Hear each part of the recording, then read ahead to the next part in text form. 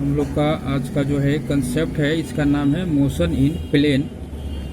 Motion in plane जो है chapter का आपका सबसे फर्स्ट टॉपिक है मोशन इन प्लेन। इसको हम लोग कैसे डिफाइन करते हैं, मोशन इन प्लेन का मतलब क्या होता है, हम लोग सबसे पहले ये जाने। तो कोई भी ऑब्जेक्ट हो या बॉडी या पार्टिकल्स हो, अगर वो 2 डायमेंशनल मोशन में है तब हम लोग बोलते हैं कि वह बॉडी या वह ऑब्जेक्ट या वह पार्टिकल जो है वह मोशन इन प्लेन में है। मतलब 2 डायमेंशनल मोशन का मतलब होता है कि अगर कोई भी ऑब्जेक्ट 2 एक्सिस के साथ यदि मूव कर रहा हो या पार्टिकल हो या बॉडी हो, तब हम लोग बोलते हैं कि जो है उस ऑब्जेक्ट का जो मोशन है उसको हम लोग मोशन इन प्लेन बोलेंगे।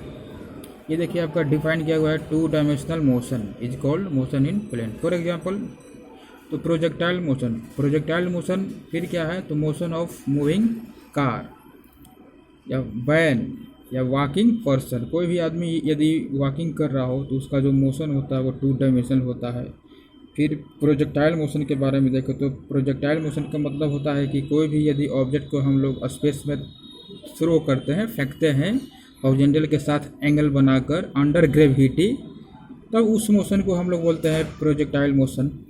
अब नेक्स्ट है आपको प्रोजेक्टाइल मोशन को डिफाइन करने। तो प्रोजेक्टाइल मोशन को डिफाइन करने के लिए क्या होता है कि यह जो है प्रोजेक्टाइल मोशन होता है वो 2 डायमेंशनल मोशन होता है।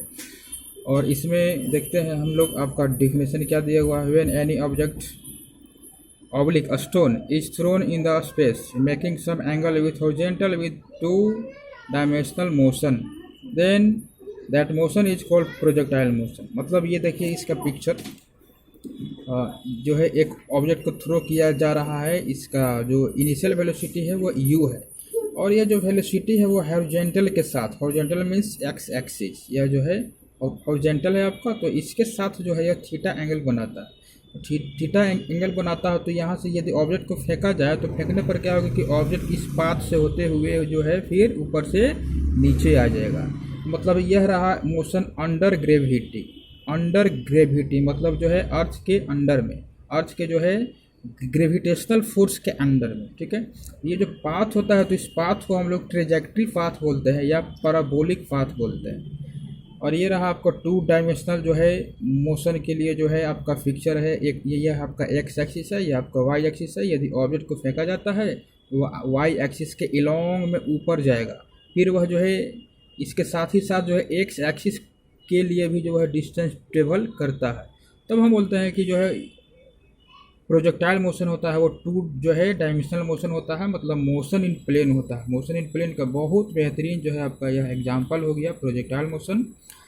अब देखते हैं प्रोजेक्टाइल मोशन का एग्जांपल क्या है। तो मोशन ऑफ बुलेट, यदि आप गन से या यदि आप बुलेट छोड़ रहे हैं तो आपका जो है प्रोजेक्टाइल मोशन के अंतर्गत आता है। फिर क्या है, थ्रोइंग अ स्टोन, मतलब स्टोन को फेंकना इन अ स्पेस। फिर क्या है आपका जंपिंग मोशन ऑफ वैन, मतलब जंपिंग का मतलब कूदना, जो हम लोग उछल कूद करते हैं, तो वह भी एक प्रोजेक्टाइल जो है मोशन ही होता है। ये देखिए प्रोजेक्टाइल मोशन में हम लोग इसको जो है यहाँ पर दिखाए हैं कि यह जो है इस एक्सिस को जो है हॉरिजॉन्टल बोलते हैं, इस एक्सिस को जो है वर्टिकल बोलते हैं। ऑब्जेक्ट का जो है एंगल है वो u है, और जो है यह थीटा एंगल बनाता है किसके साथ, तो हॉरिजॉन्टल के साथ। और ये जो पाथ होता है, इस पाथ को तो हम लोग जानते हैं कि इस पाथ का नाम जो है ट्रेजेक्ट्री होता है या पैराबोलिक पाथ होता है। इसमें हम लोग ध्यान दें कि इस पॉइंट पर जब आता है, इस पॉइंट को हम लोग मैक्सिमम पॉइंट बोलते हैं, मैक्सिमम हाइट बोलते हैं। ऑब्जेक्ट का जो वेलोसिटी होता है इस मैक्सिमम हाइट पर वो 0 हो जाता है। हम लोग इस चीज़ को माइंड में याद रखें। प्रोजेक्टाइल मोशन में कोई भी ऑब्जेक्ट को यदि ऊपर फेंका जाता है तो मैक्सिमम हाइट पर जैसे ही ऑब्जेक्ट आपका आएगा उसका वेलोसिटी 0 हो जाता है। फिर उसका वेलोसिटी जो है, जो डायरेक्शन होता है वो नीचे की ओर होता है, जो कि हम लोग u cos theta u sin theta लेकर जो है उसको हम लोग ये करते हैं, उसको जो है शो करते हैं।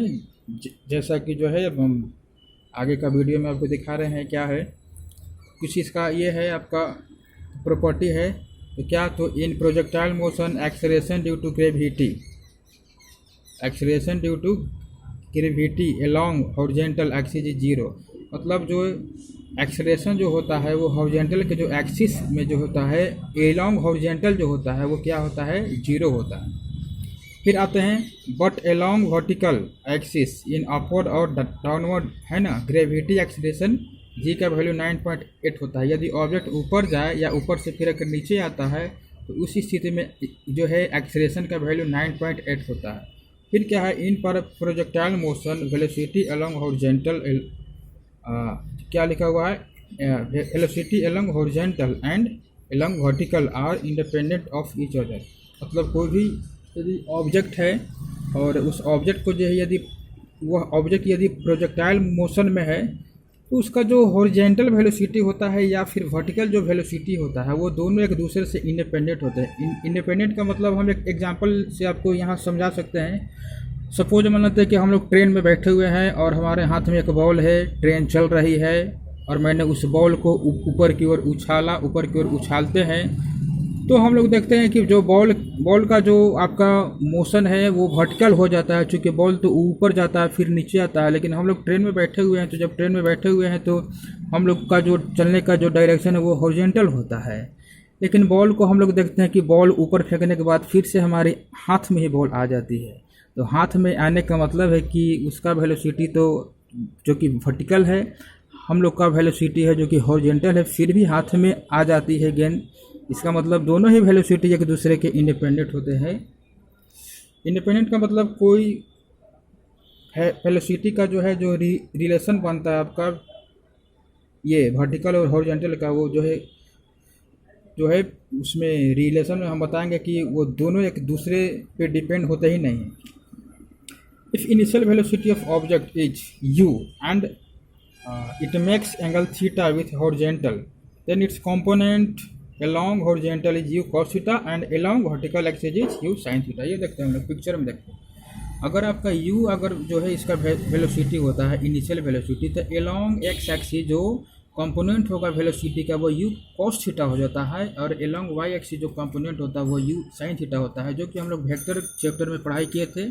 ये कंपोनेंट ऑफ वेक्टर, दो वेक्टर को किस तरह से हम लोग ब्रेक करते हैं, तो उसमें जो है जिसके साथ एंगल बनता है वो cos थीटा और जो परपेंडिकुलर में होता है वो sin थीटा होता है।